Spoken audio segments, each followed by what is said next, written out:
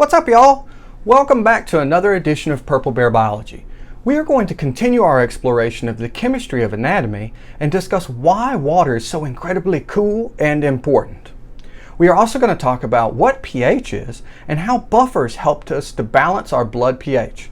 I'm super stoked about this conversation, so let's jump right in. Let's start this awesomeness with water. Water is found all over the body and is the primary fluid that makes up your blood, intracellular and extracellular fluid, as well as cerebral spinal fluid. Throughout your body, water is serving multiple purposes, and all of them directly relate to the chemical properties of the interacting oxygen and hydrogen atoms. Recall from our conversation over homeostasis and bonding that water molecules are created by polar covalent bonds. These polar bonds create partial charges and result in attraction between water molecules called hydrogen bonds. While individual hydrogen bonds are relatively weak, collectively, all of the hydrogen bonds between numerous water molecules can be quite strong. For example, hydrogen bonding between multiple water molecules gives water a property called cohesion. This accounts for why water clings to itself, creating surface tension, and why blood forms droplets. Water also clings to the environment as well.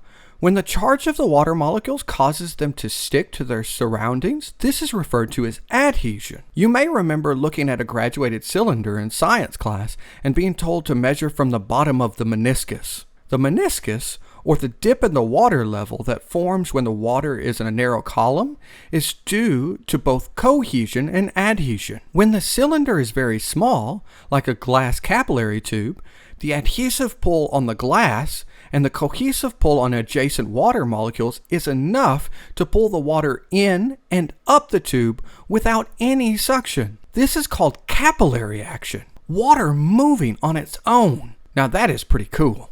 Not only does water adhere to the environment, but it also acts as an amazing solvent. What is a solvent, you ask? A solvent is a substance that is able to dissolve other substances called solutes. An example of a solute would be salt. Table salt is actually sodium and chlorine atoms ionically bonded to one another. Water breaks apart these charged atoms and surrounds them to keep them separate. Despite the powerful dissolving nature of water, it cannot dissolve all materials. Water tends to dissolve charged particles best because these interact with the polar nature of water itself. Molecules that readily dissolve in water are referred to as hydrophilic molecules. Molecules with little to no charge are said to be hydrophobic, and they cluster together rather than being dissolved. An example of a hydrophobic compound would be a lipid, like cooking oil. That's pretty neat, right? Oh, we are not done yet with water's awesomeness.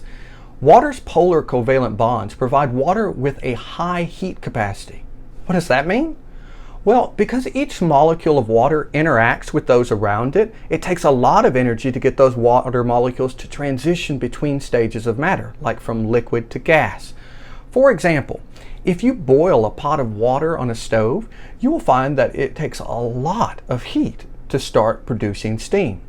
This is because the energy must overcome the hydrogen bonds and move the molecules so fast that it creates a gas. How does this affect the body? Well, water throughout our bodies absorbs heat and is one of the primary reasons that we do not experience large rapid temperature increases, even when we are active and it's hot outside. Sweat on our skin can absorb heat and helps remove it as the moisture evaporates. What other cool things can water do inside of our bodies, you ask? Water can help prevent damage to our tissues by cushioning and lubricating structures. This image is the inside of your skull. You can see that the bones have lots of sharp and protruding parts. Your brain is found on top of all of this. You can imagine the damage that would occur if it sat directly on top of all these pokey parts. Instead of this serving as a torture device, what happens is that the brain actually floats inside of the skull, kind of like a pickle in a pickle jar. The brain floats because cerebral spinal fluid, which is more than 99% water, is more dense than the brain tissue itself.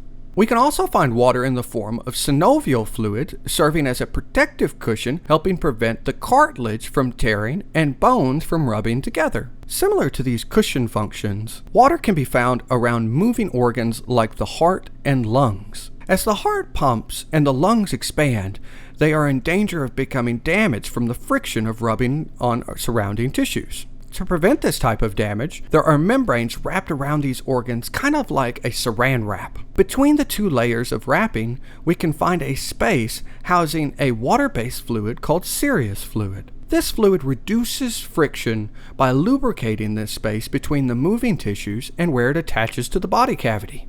That is seriously awesome stuff. So now that we know some of the most important functions of water in the body, let's shift our conversation to talk about a related topic, pH.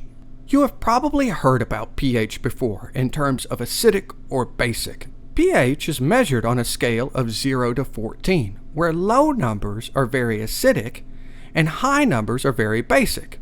You may be wondering what we're actually measuring when we say something is acidic or basic. To understand, we need to think of the number of hydrogen atoms and the number of hydroxide atoms. Hydrogen ions floating free in a solution make it more acidic, while adding hydroxide ions make a solution more basic. One really important note about pH scale is that an increase or decrease in a pH value of 1 represents a 10-fold increase in the number of hydrogen ions. This becomes incredibly important when we consider things like blood pH. Blood pH typically falls somewhere around 7.35 to 7.45.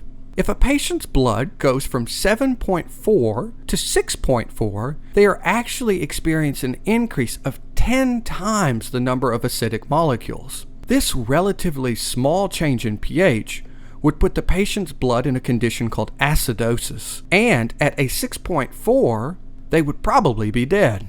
Conversely, if a patient's blood becomes more basic, say a pH of 8.4, we would refer to this as alkalosis, and again, the patient would probably be dead. Thus, small changes in pH can have a very dynamic impact on a patient's ability to survive.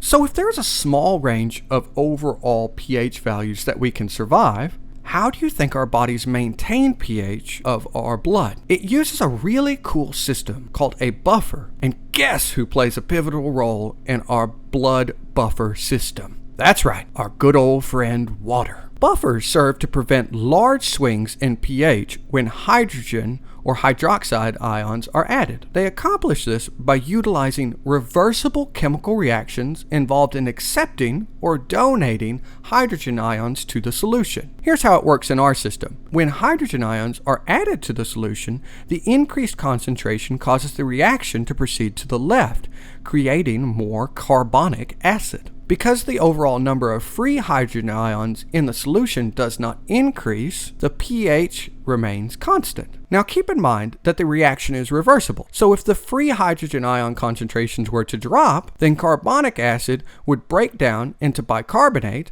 and hydrogen ions to prevent the solution from becoming basic. In our bodies, to regulate blood pH, we use something called the carbonic acid bicarbonate buffer system. But wait, you may be wondering how our blood would receive acids and bases in the first place. It could come from the foods you consume, or it could develop due to a buildup of carbon dioxide due to activity or a lack of ventilation through the lungs. Here's how it works. Imagine you consume something acidic like orange juice. As the orange juice gets absorbed by your small intestines, the acidic solution would contribute hydrogen ions to your blood. These hydrogen ions would normally decrease the pH.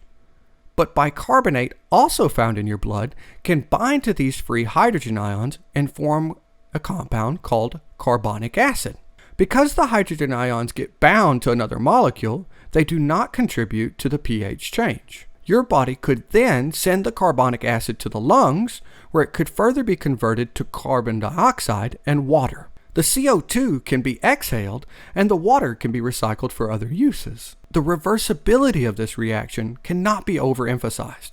In this system, it is important to realize that an increase in carbon dioxide from increased activity or slow ventilator settings would push the reaction to the right, leading to a decrease in blood pH and thus increase acidity. When this happens in a patient, we refer to this as respiratory acidosis. Wow! I hope you now know how important water is to the physiology of our bodies. Let's review what we have learned.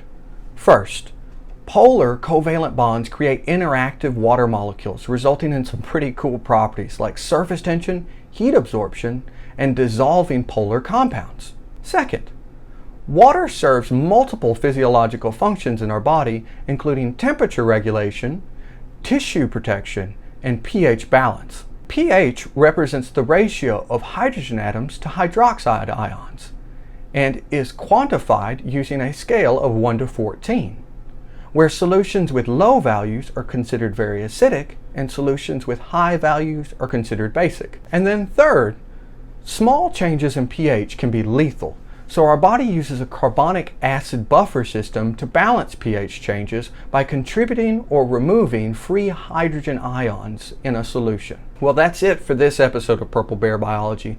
Let me know if you find the video useful in the comment section below, and don't forget to like and subscribe to track more helpful videos that I release. Thank y'all for stopping by, and see you next time.